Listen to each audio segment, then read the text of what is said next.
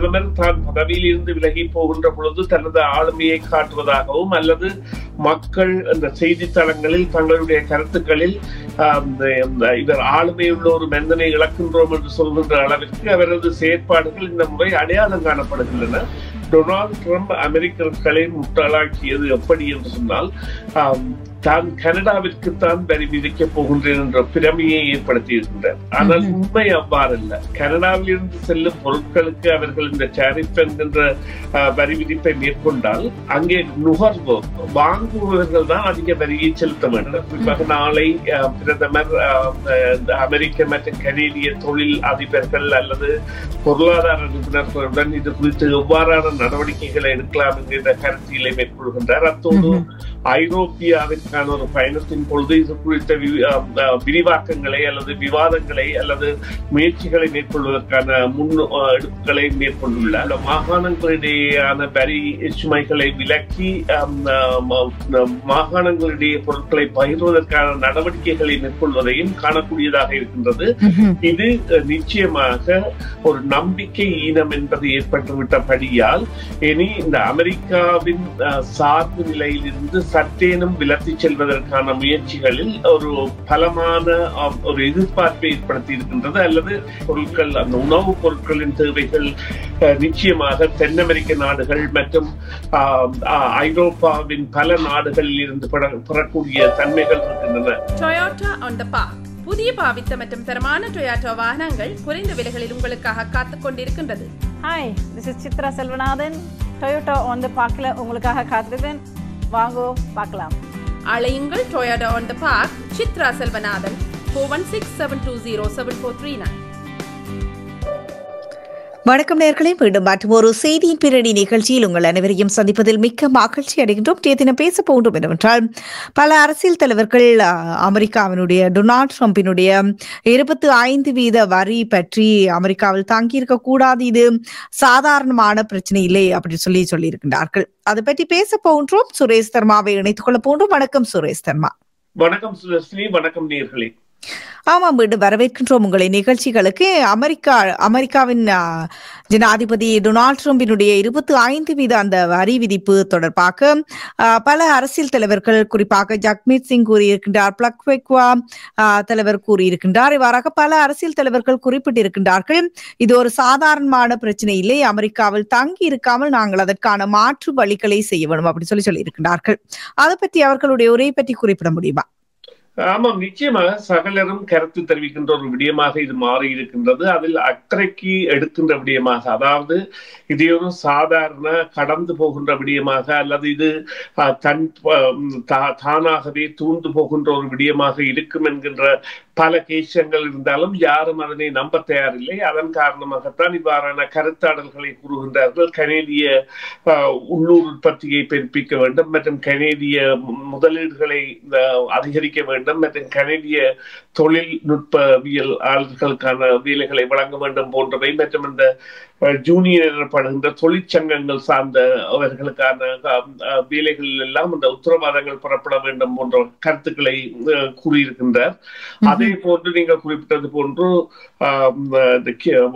Black Quebec அல்லது Quebec மாகாணத்தின் தலைவர்கள் கூட என்ன இந்த விவகாரத்தால் நடக்க போகின்றது என்கின்றதற்கான ஒரு முற்றுப்புள்ளி வருவதற்கான தேவையை கூறியிருக்கின்றார்கள். என்றால் இனி வருகின்ற இந்த 30 நாட்கள் கொடுக்கப்பட்ட நாட்களில் இப்பொழுது நாங்கள் 5 நாட்களை கடந்திருக்கின்றோம். இந்த 5 நாட்களை கடந்திருந்தால் கூட ஐயம் கடந்த நிலையிலேயே இந்த நாட்கள் சென்று கொண்டிருக்கின்றன. அவ்வாறு தொடர்ந்து செல்ல முடியாது.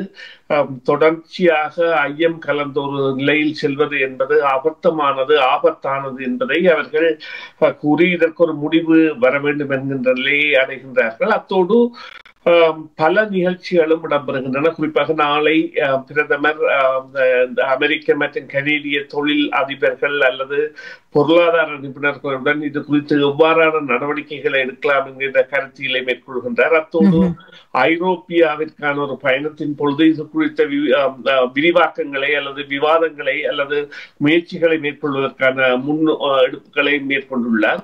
அதே போன்று மத்திய அமைச்சர்கள் கூட இணைந்து செயற்படுகின்ற மாதிரி நாங்கள் காணக்கூடியதாக இருக்கின்றது. அதைவிட முதல்வர்கள், மாகாண முதல்வர்களின் பங்களிப்பு என்பது மிகவும் ஆரோக்கியமானதாகவும் அவர்கள் கூட இந்த திட்டத்தில் தாங்கள் தொடர்ச்சியாக ஈடுபடுவதற்காக தங்களிடையே உள்ள மாகாணங்களிடையேயான வரி சுமைகளை விலக்கி மாகாணங்களிடையே பொருட்களை பகிர்வதற்கான நடவடிக்கைகளை மேற்கொள்வதையும் காணக்கூடியதாக இருக்கின்றது.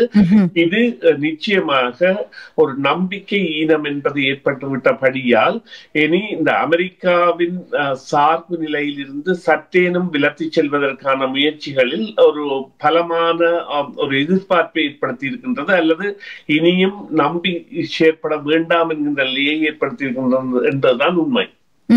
இப்பொழுது அமெரிக்காவை சாராமல் அமெரிக்காவில் இருந்து இறக்குமதி செய்யப்படும் பொருட்களை வேறு எந்தெந்த நாடுகளில் இருந்து இறக்குமதி செய்யலாம் அப்படி சொல்லி யோசிக்கின்றீர்கள்? இல்லை, குறிப்பாக அமெரிக்காவில் இருந்து இறக்குமதி செய்யப்படுகின்ற பொருட்களின் சார்பிலேயே குறைப்பதற்கான காலம் என்பது கட்டாயமாக அது 1 வருடம் 2 வருடம் அல்லது 3 வருடங்கள் எடுக்கலாம். ஆனால் மறுபக்கமாக இப்பொழுது அமெரிக்காவில் இருந்து வரக்கூடிய பொருட்கள், அந்த உணவுப் பொருட்களின் தேவைகள் நிச்சயமாக தென் அமெரிக்க நாடுகள் மற்றும் ஐரோப்பாவின் பல நாடுகளில் இருந்து பெறக்கூடிய தன்மைகள் இருக்கின்றன. அத்துடன் போர்ச்சுகல், பிரேசில், அர்ஜென்டினா போன்றவை கூட இணைக்கப்படக்கூடியது. இங்கே கனடாவிற்கு உள்ள ஒரு அதாவது ஆரோக்கியமான தன்மை என்னவென்று சொன்னால், கனடாவில் உள்ள புலம்பெயர்ந்த சமூகங்கள், அது கிரீக்கர்களாக இருக்கட்டும் அல்லது ஆர்மீனியர்களாக இருக்கட்டும் அல்லது ஸ்கொட்டிஷ் அல்லது யூரோப்பின் எந்த பகுதியில் இருக்கிறவர்களாக இருக்கட்டும் அல்லது எங்களை போன்றவர்களாக இருக்கட்டும், நாங்கள் எங்களுக்கு தேவையான பொருட்களை எங்களுடைய நாடுகளில் இருந்தே இறக்குமதி செய்கின்ற ஒரு தன்மை ஒன்று இருக்கின்றபடியால் இந்த முக்கியமான உணவுப் பொருட்களான கோதுமை மற்றும் இறைச்சி மற்றும் பால் போன்றவற்றின் நிலைமைதான் அந்த அதீனமான கவனத்திற்கு எடுக்கக்கூடியது. அதனை கூட அவர்கள் ஆர்டிக் நாடுகள் எனப்படுகின்ற நாடுகளில் அல்லது அண்மையில், அதாவது மெக்சிகோ அல்லது மெக்சிகோவுக்கு அண்மையில் உள்ள நாடுகள் போன்ற விரைவு தளங்களில் இருந்து எடுப்பதற்கான முயற்சிகளை சிறிது சிறிதாக ஆரம்பிப்பார்கள். ஆனால் பெரும்பான்மையான சமூகங்கள், அது மத்திய கிழக்கை சேர்ந்தவர்களாக இருக்கட்டும், நீங்கள் பார்த்தீர்களானால் பல்பொருள் அங்காடிகள் என்பன இன குழுமங்களுக்கு இங்கே பலவாக இருக்கின்றன. அத்துடன் அவர்களுக்கான இறக்குமதி என்பது தனியார் வர்த்தகத்துறையாக நடந்து கொண்டிருக்கின்றது. அது எனவே அந்த நிலைப்பாட்டில் இப்பொழுது இப்பொழுது பார்த்தீர்கள் சீன சந்தைகள் அல்லது சீன சூப்பர் மார்க்கெட் எனப்படுபவை தாராளமாக இந்த வெப்ப வலய நாடுகளின் பொருட்களை, மரக்கறிகளாக இருக்கட்டும் அல்லது தானியங்களாக இருக்கட்டும் அல்லது பொதி செய்யப்பட்ட பொருட்களாக இருக்கட்டும் கொண்டவையாகவும், அதே வகையில் பல வகைகள் போன்ற பல விடயங்களை கொண்டவையாகவும், அதே போல தமிழர்களுடைய அங்காடிகளாக இருக்கட்டும், பெரிய அங்காடிகள் அல்லது சிறிய அங்காடிகள் தாங்களாகவே இறக்குமதி செய்து வைத்திருப்பவை, அதே போல இந்தியர்களுடைய, பாகிஸ்தானர்களுடைய, இவ்வாறு பார்த்தீர்களானால் ஒவ்வொரு அந்த சமூகமும் தங்களுடைய நிலைப்பாட்டிற்கான உணவு தேவைகளில் தாங்கள் அந்த இறக்குமதி தொடர்பை வைத்திருக்கின்றன. ஆனால் அந்த மூலாதார உணவுப் பொருட்கள், அதாவது கனேடியர்களுக்கு தேவையான உணவுப் பொருட்கள் விடயத்தில் நிச்சயமாக இந்த சிறு சிறு மாற்றங்கள் ஏற்படுத்த வேண்டிய தேவை அல்லது அந்த இறக்குமதி, குறிப்பாக இப்ப பார்த்தீங்கன்னா உள்ளூருக்குள்ளேயே அதற்கான ஒரு நிலைமை வரப்போகின்றது. காரணம், உண்மையிலேயே இந்த வரி அறவிடப்படுமானால் இங்கே இருக்கின்ற விடயம் என்னவென்று சொன்னால், டொனால்டு ட்ரம்ப் அமெரிக்கர்களை முட்டாளாக்கியது எப்படி என்று சொன்னால், தான் கனடாவிற்குத்தான் வரி விதிக்கப் போகின்றேன் என்ற பிரமையை ஏற்படுத்தி இருக்கின்றார். ஆனால் உண்மை அவ்வாறல்ல. கனடாவில் இருந்து செல்லும் பொருட்களுக்கு அவர்கள் இந்த டாரிஃப் என்கின்ற வரி விதிப்பை மேற்கொண்டால் அங்கே நுகர்வோர், வாங்குபவர்கள் தான் அதிக வரியை செலுத்த வேண்டும். எனவே அது எவ்வாறான தாக்கத்தை ஏற்படுத்தும் என்பது போன்ற விடயங்கள் எல்லாம் இப்பொழுது ஆராயப்பட்டு கொண்டிருக்கின்றன. எனவே அதற்குரிய இந்த கால நீடிப்பில் எவ்வாறு செல்லும் என்று சொல்ல முடியாவிட்டாலும் இந்த விவகாரத்தில் நிச்சயமான ஒரு தீர்வை காண்பதற்கான அல்லது வேறு தங்கு நிலையிலிருந்து தவிர்த்து நிற்பதற்கான, இப்பொழுது குறிப்பாக பார்த்தீர்களானால் அந்த அனிதா ஆனந்த் என்கின்ற அமைச்சர் கூட இது குறித்த நாங்கள் ஒரு நடவடிக்கைகளை தீர்க்கமான நடவடிக்கைகளை எடுக்க வேண்டும், இவ்வாறான நிலைமை எதிர்காலத்தில் ஏற்படக்கூடிய நிலைமையில் நாங்கள் விட்டு செல்லக்கூடாது என்கின்ற கருத்தியலை கொண்டிருக்கின்றார்கள். இங்கே நாங்கள் கவனிக்க வேண்டிய விடயம் என்னவென்று சொன்னால், அனைத்து அரசியல் தலைவர்களும் அல்லது அனைத்து ஊடகங்களும் தெரிவிக்கின்ற ஒரு கருத்து என்னவென்று சொன்னால், வரலாற்றில் முன்னப்போதும் இல்லாத ஒரு நிலையில் கனடா இருக்கின்றது என்பது. அதனை ஏற்படுத்தியவர் டொனால்ட் ட்ரம்ப். அது அவர் குறிப்பிட்ட அந்த வரி விதிப்பை கொண்டு வருவதன் மூலமாக இவ்வாறான ஒரு உணர்வு நிலை, ஒற்றுமை மற்றும் அந்த மேற்கொண்டு கனடா எவ்வாறு இந்த தங்கு பொருளாதாரத்தில் இருந்து விடுவிக்கப்பட வேண்டும் என்பதற்கான நிலைமைகள் எல்லாம் பரிசீலிக்கப்படுகின்றன.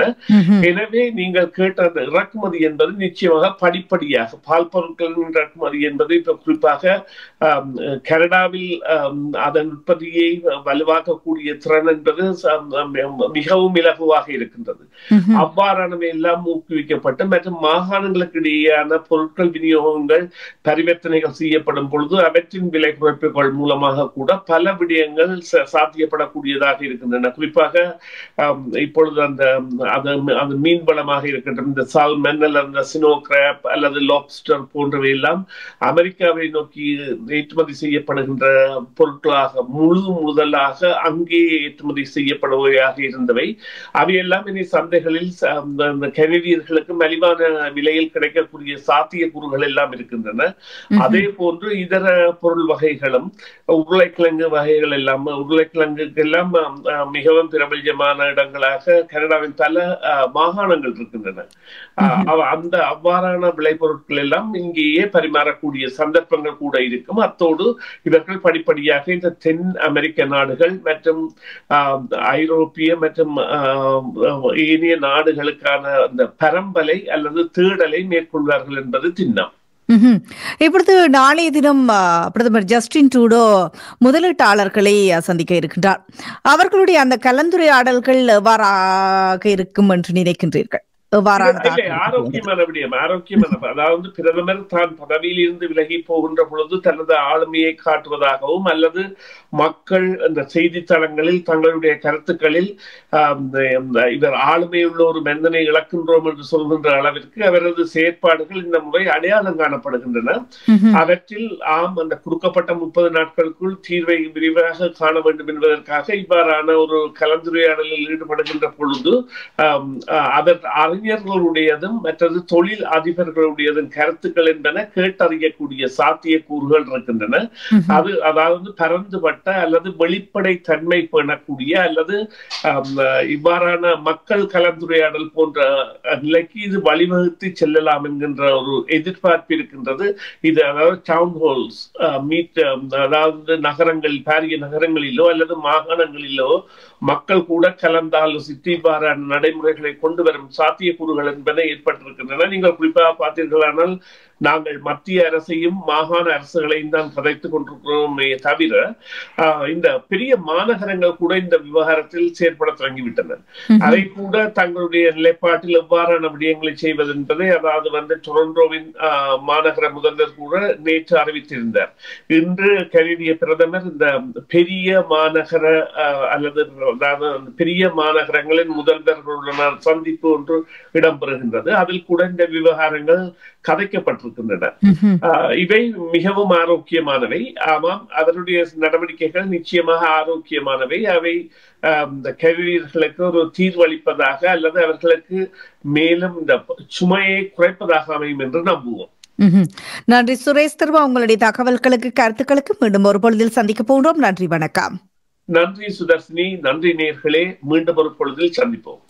CMR யூடியூப் சேனலில் இணைந்திருக்கும் நேயர்கள் அனைவருக்கும் எமது நன்றி. காமெண்ட்ஸ் பகுதியில் உங்கள் கருத்துக்களை தெரிவிக்க தவறாதீர்கள். முக்கிய செய்திகள், காணொளி தொகுப்புகள், நேர்காணல் என பலதரப்பட்ட அம்சங்களையும் உங்களுக்காக தருகின்றது CMR யூடியூப் சேனல். CMR என்று சர்ச் செய்து எமது யூடியூப் சேனலை சப்ஸ்கிரைப் பண்ணுங்கள். உங்கள் உற்றார் உறவினர் நண்பர்களோடும் இந்த காணொளி தொகுப்புகளை பகிர்ந்து கொள்ளுங்கள். அருகில் இருக்கின்ற முக்கிய காணொளி தொகுப்புகளையும் தவறவிடாமல் பாருங்கள்.